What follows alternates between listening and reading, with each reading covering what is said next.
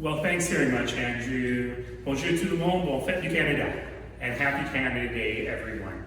So, these last few months have been tough, and certainly there's still a lot to be worried about. There's a lot to be concerned about our public health pandemic. There's a lot to be concerned about some very difficult conversations we're having about the future of Canada and what Canada looks like as an anti-racist place. There are economic concerns. But you know what? It's Canada Day. C'est une occasion à fêter. It's time to celebrate. And it's time to celebrate what we built here, not just in the face of this pandemic, in the middle of all this threat and uncertainty, but what we built here over 153 years, building on thousands of years of Indigenous history on this land. Over the last few months, we've proved once again that we are strong, that we can withstand anything the world will throw at us. So on Canada Day this year, take a moment to celebrate that. Celebrate safely, but celebrate the fact that we've proven that we are a resilient place, and celebrate with your fellow Canadians. So I will admit to being a little bit sad. Canada Day is usually one of my busiest days of the year. I start first thing in the morning with a breakfast for seniors. I spend time at Fort Calgary in a heritage park. I have a huge barbecue with the Ahmadiyya Muslim community in Northeast Calgary. We do flag raisings and citizenship ceremonies, and we cap it all off when I have the honor of pressing the button to start the fireworks late at night. So this year is going to be a little bit different, but we are using the same hashtag. That's one thing. Hashtag OCanadaYYC. And we encourage you to show how you're celebrating with your families, how you're celebrating in a physically distant and safe way. So dress in red and white. Wear your Canada or your Calgary jersey. Wear your super cool Canada Day Converse. Paint your face. Put up your Christmas lights, or if you're like me and never took them down, turn them on at 10 p.m. And join the Calgary Tower in lighting up our city. Decorate your house, your yard, your balcony in red and white. Display your Canada flag, show off your crafts, have a pancake breakfast, do an outdoor picnic in your yard or on your balcony. Check out the celebration kit from Canadian Heritage for interactive, creative, and educational activities for the whole family. And support local business. Canada Day would be a great day if you got the means to order takeout from a local restaurant to help celebrate. But one of the best ways to celebrate is what the City of Calgary is doing in conjunction with Studio Bell, home of the National Music Centre. So starting at 5 p.m. on Canada Day, on the city's YouTube and Facebook pages, we will have the premiere of our virtual Canada Day celebrations from right here at Studio Bell. Go to calgary.ca/Canada Day for links and details, but I am excited that you'll be able to see 5 great Calgary artists performing for King Eddie and the roof of Studio Bell.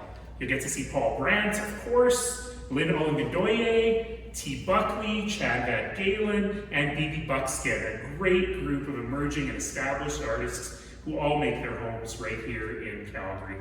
And I'm so happy that the city was able to put this together to support our local music and cultural industries, hiring local musicians and local talent to film and produce our show. I should also mention that we have been chosen to be part of the national show, which will be occurring on CBC on Canada Day. I forget what time. Do you know what time, Andrew? 1 o'clock. And you will see Paul Brandt performing. Can I say what he's going to be performing? Keep a guess. Probably a good guess. Of course he's going to be performing Alberta Bound. And that is going to be a very special thing. So special thank you to Studio Bell, home of the National Music Centre. Thanks to Andrew and his team for working with us. This is a tremendous facility. I haven't been in here since February, I think, and I miss it a lot. But not only is this a museum, it is a place that produces world-class music. It's a great video location. And I should have mentioned, my favorite/not favorite thing about Canada Day is coming and hanging out here at Studio Bell, because it is also Studio Bell's birthday, and 4th birthday this year. And for the first 3 years, I guess 4 years, because including year 0, I've had the opportunity to come to Studio Bell, except for that time, Andrew, that I still haven't really forgiven you for. And when Andrew asked me to lead he organized the whole building, thousands of people, in a mass sing-along about Canada, not telling me mine was the only live mic. But we made it through. We made it through the song as we're making it through this pandemic. So thank you all so much. I'm very proud that we're going to have this Canada Day. Now I do have to be a bit Debbie Downer, and I do have to remind people that we are still in a public health pandemic. This virus is not gone. It's still here. There is still no treatment, there is still no cure, there is still no vaccine. So as you celebrate, I need you to celebrate safely. That means 3 things. It means physical distancing. You gotta stay 6 feet, 2 meters, or the length of a full-grown moose away from others. You gotta cover your mouth and nose. The mask wearing in Calgary is way too low. So you gotta wear a mask if you're gonna be within those 2 meters of anybody else at any time during the day. And you've gotta practice good hand hygiene. You've gotta wash your hands, don't touch your face, cough into your sleeve. It's best to be home. It's second best to be outdoors 2 meters away. It is worst to be at a gathering that is indoors and outdoors, especially because it might rain, with people that you have not been part of your cohort with. That is still pretty dangerous behavior. And so I know you really, really want to do it. Please don't share food and drink. Let's make sure that we don't remember this Canada Day as an outbreak. And I should mention that there are a couple of things floating around that look like there might be a party on Prince's Island, or there might be different music. None of that is true. All of that is unauthorized. All of it will be shut down. So do not go to Prince's Island thinking you're going to go see a concert. It's just not happening. But with all of that, as I said at the beginning, it's a day to celebrate. C'est notre occasion à fêter. And that is really what we need to do, to celebrate all that makes this country so great. I am a proud Canadian from the tips of my toes to the end of my COVID hair, and I am so happy that we're going to have a chance to celebrate what makes this place great together. So with that, happy to take questions. All right, fine. I just would like to have this outbreak very close to us addressed. AHS is still investigating what's happening at the Verve condominium. From what I can see, the city's open data portal shows there are 17 Airbnbs licensed in that building. That's been a concern that was brought up or brought to light by a cleaner. What is the city doing? Well, certainly I wouldn't want to blame what goes on in the condominium buildings on the Airbnbs. We have to remember that, in fact, those Airbnbs have served a useful purpose as being a place for people to self-isolate when they are returning from travel, and people have to self-isolate if they're coming in from outside of Canada for 14 days. But what the outbreak at the Verve reminds us is that we're only one outbreak away from being back to where we were before. And it really is up to all of us to be very, very careful. So in particular, as I said, keep your distance, wash your hands, wear a mask.